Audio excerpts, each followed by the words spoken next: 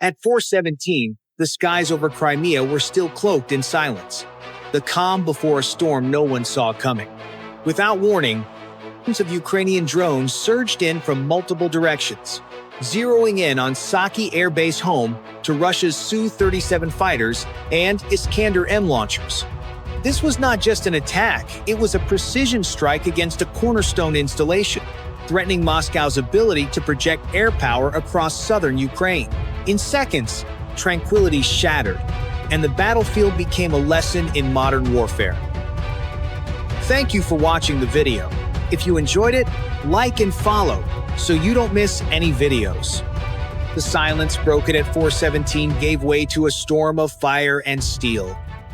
Within seconds, swarms of Ukrainian kamikaze drones cut straight through Russia's layered defenses. Panzer S-1 batteries tried to swat them from the sky, while the long-range S-400 second fired interceptors at blinding speed. But the sheer volume of incoming targets overwhelmed the shield. Drones slipped past, slamming into the base's fuel depots. Fireballs erupted, climbing hundreds of feet into the air, and in less than 3 minutes, 5 Su-37 fighters were reduced to burning wreckage on the tarmac. Russia's response was immediate. Alert sirens wailed as Mi-29 second roared off the runway, afterburners lighting up the pre-dawn sky as they clawed upward at over 1,000 miles per hour. Their mission was clear: neutralize the drones and reassert control over the airspace above Saki. But Ukraine had anticipated the move. From high altitude, Ukrainian Mi-29 second swept in to intercept, forcing a dogfight above the burning base. Meanwhile, far to the north, Patriot missile batteries locked onto Russian aircraft the moment they crossed into engagement range. Guided by precision radar tracking, volleys of PAC-3 interceptors slashed through the darkness, denying the Russians freedom of maneuver. What began as a drone strike had now spiraled into a full-scale aerial clash, a chaotic melee, where speed, deception, and timing meant survival. The skies over Crimea had transformed into a crucible of modern air combat. As the dogfights raged overhead, the battlefield on the ground took on a darker, more methodical rhythm. The chaos in the skies provided the perfect cover for Ukraine's next move, a coordinated ground infiltration designed to cripple Saki Air Base from within. Small tracked robotic units, no larger than farm tractors, crept forward under the shroud of smoke and debris. These mine-laying robots carried TM-62 anti-tank charges, sliding them into position along the main taxiways and runways, transforming every stretch of concrete into a potential kill zone. The first Russian armor units scrambled in response. Columns of T-72 tanks and BMP-2 infantry fighting vehicles tried to form a perimeter, their turrets sweeping side to side as they searched for targets. But within seconds, the trap was sprung. A T-72 rolled directly onto a buried charge, the explosion tore its hull open, sending a plume of fire 100 feet into the air. Seconds later, 2 BMP-2 second following close behind triggered another row of mines, their armored shells erupting in a chain of blasts. What should have been a defensive push turned into a rolling funeral pyre as Russian armor ignited in clusters across the base. Moscow's commanders ordered heavy artillery to pound the suspected infiltration points. Self-propelled howitzers thundered from positions miles away, saturating the ground with shells. Yet their salvos fell wide and scattered, detonating harmlessly across empty terrain. Ukraine's electronic warfare vehicles were already in motion. Using high-powered jammers mounted on armored platforms, they scrambled Russian targeting radars and disrupted GPS signals. To the artillery crews, it was as if they were firing blindfolded, their fire missions reduced to wasted ammunition and clouds of dust. On the ground, Ukrainian robotic systems advanced further, weaving through wrecked armor and smoking craters.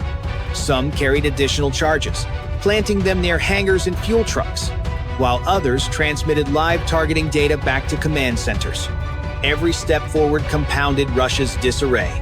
Their once formidable ground defenses were blinded, disoriented, and steadily consumed by a swarm of machines and mines that seemed to appear from nowhere. Linked to the devastation in the skies, this phase showed the evolving face of modern war.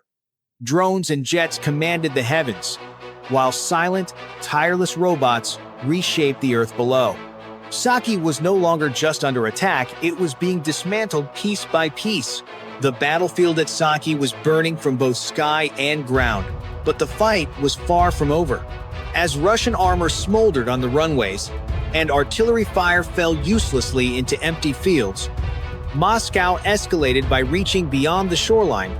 From the depths of the Black Sea, a Russian submarine surfaced just long enough to unleash a volley of cruise missiles. The missiles streaked toward Ukrainian supply lines, each one capable of traveling hundreds of miles at near supersonic speeds. Their target was not the front line, but the lifeblood behind it, the convoys of fuel trucks, ammunition carriers, and mobile radar units feeding Ukraine's offensive. Explosions rocked staging areas miles inland as missiles found their marks. Roads were torn apart, supply vehicles shredded into burning wreckage.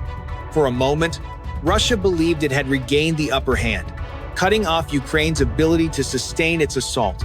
Yet Kyiv had anticipated the danger. Within minutes, Ukraine's naval command issued orders that turned the Black Sea into a new battlefield.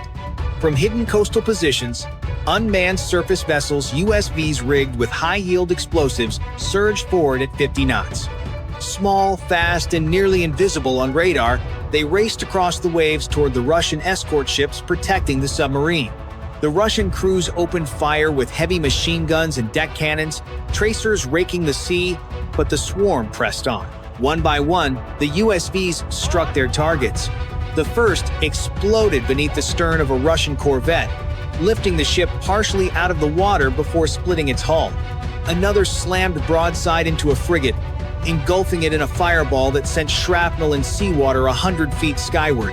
The blasts reverberated across the coastline, forcing the Russian submarine to dive deep and retreat from the combat zone. What was meant to be a punishing blow against Ukraine's logistics had backfired, exposing Russia's fleet to a new kind of naval warfare.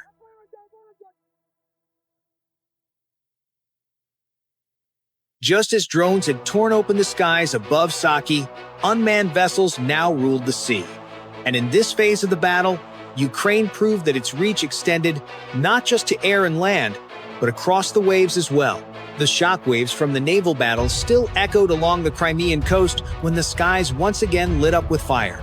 With their submarine forced to retreat, Russia shifted its focus back to the air, desperate to reclaim control above Saki. Squadron after squadron of Su-37 lifted off from emergency strips, their engines screaming as they climbed to intercept. Their mission was blunt and urgent: push Ukrainian aircraft out of the airspace and secure the burning base below. But Ukraine was ready. Mi-29 flying in tight formations, streaked into the engagement zone at over 1,200 miles per hour, their sleek profiles cutting through the dawn sky. Above them, Su-27 circled like hawks, providing high-cover intercepts against Russia's advanced fighters. The clash was immediate and ferocious. Within seconds, dozens of air-to-air missiles arced through the atmosphere, contrails twisting as they sought out their prey. Explosions blossomed mid-air, sending shards of metal spiraling thousands of feet before raining down across the coastline. The Russians, skilled at dogfighting, tried to press their numerical advantage. Su-37 dove in pairs, firing radar-guided missiles and pulling tight G-force turns to shake Ukrainian pursuit. But Ukraine's strategy was layered. Far beyond the immediate fight, Patriot PAC-3 batteries locked onto Russian signatures as soon as they entered range. With lethal precision, interceptors streaked skyward at Mach speeds, forcing Russian pilots into evasive dives that broke their formations apart. Meanwhile, swarms of decoy drones entered the fray. Programmed to mimic fighter radar signatures, they darted through Russian kill zones, baiting missile launches and overwhelming tracking systems. Radar screens inside Russian cockpits filled with false echoes, targets splitting and multiplying, leaving pilots unsure which blip was friend, foe, or phantom. In the confusion, Ukrainian fighters pounced, launching sidewinders that ripped through two Su-37 almost simultaneously. The sky had become a slaughterhouse, a brutal test of reflexes, coordination, and endurance. Every mile of altitude was contested, every turn a gamble between survival and destruction. Yet, it was clear that Ukraine's fusion of old-school piloting skill with modern layered defense was winning the tempo of the fight. Linked with the chaos at sea and the devastation on the ground, the aerial battle over Crimea was no longer just an engagement. It was the turning point where Russia's ability to dominate the skies began to fracture, and the balance of the entire campaign shifted with it. The air battle over Crimea still roared when Ukraine shifted the tempo once more, striking not only the fighters above but the heart of Russia's ground infrastructure. With Su-37 falling from the skies and radar screens overwhelmed by decoys, Kyiv's commanders unleashed a new wave of precision firepower aimed at the most vulnerable target left standing: the ammunition stockpiles at Saki Air Base. From concealed positions miles away, Ukrainian multiple-launch rocket systems came alive, their tubes spitting salvos of guided munitions in rapid succession. The rockets arced high into the night sky before plunging toward their targets with ruthless accuracy. Within seconds, the first explosions ripped through the munitions depots.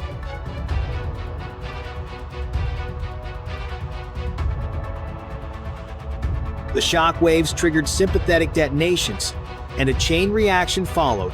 One warehouse after another ignited, each blast larger than the last, until the entire depot became a rolling firestorm.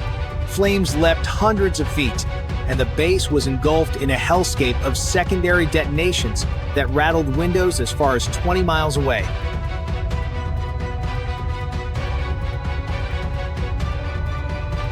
Desperate to salvage control, Russia scrambled to bring S-400 batteries back online, rushing them into firing positions to shield what was left of the base. Crews worked frantically, radar dishes spinning, interceptors prepped to launch, but Ukraine anticipated the move.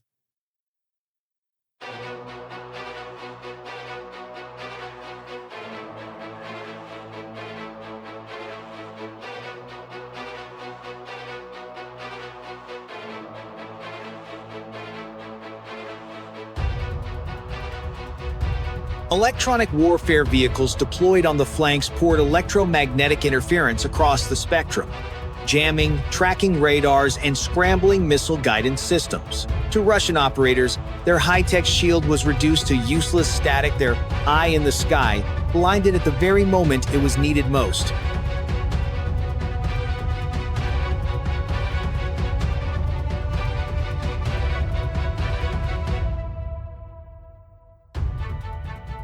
Into this manufactured void surged the next wave of drones. Unmanned aircraft, flying low and fast, streaked across the burning base, targeting fuel trucks, command bunkers, and surviving armor. Without functional air defenses, the Russians could do little but scatter.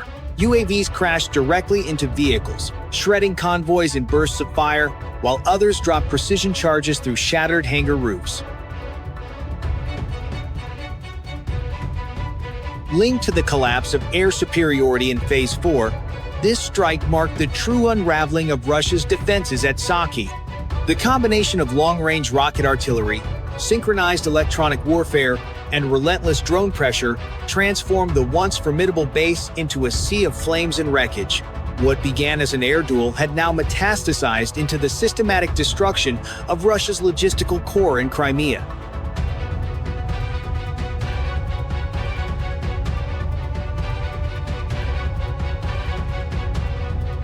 The inferno at Saki was still raging when Ukraine escalated beyond the battlefield. Exploiting the chaos, Kyiv launched a long-range missile strike deep into Moscow, targeting the Russian Ministry of Defense itself. The blast rocked the massive structure, shaking the capital and stunning Kremlin leadership for the first time. Both the Frontline and the heart of power were pierced in a single night.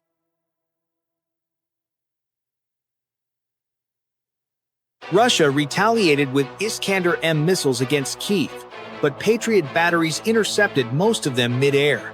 What had begun as a localized assault had now become a duel reaching into the enemy's core.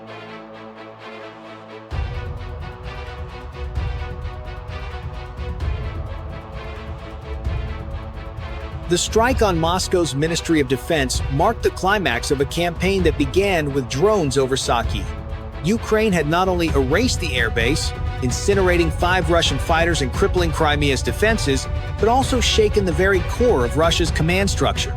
Strategically, Moscow was forced to thin its defenses, exposing vulnerabilities across the map, while Ukraine demonstrated seamless coordination of air, land, and sea power.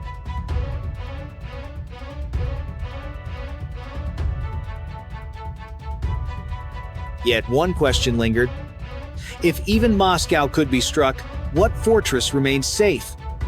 Amid the smoke, Ukraine still cleared paths for civilians, a war fought with precision, not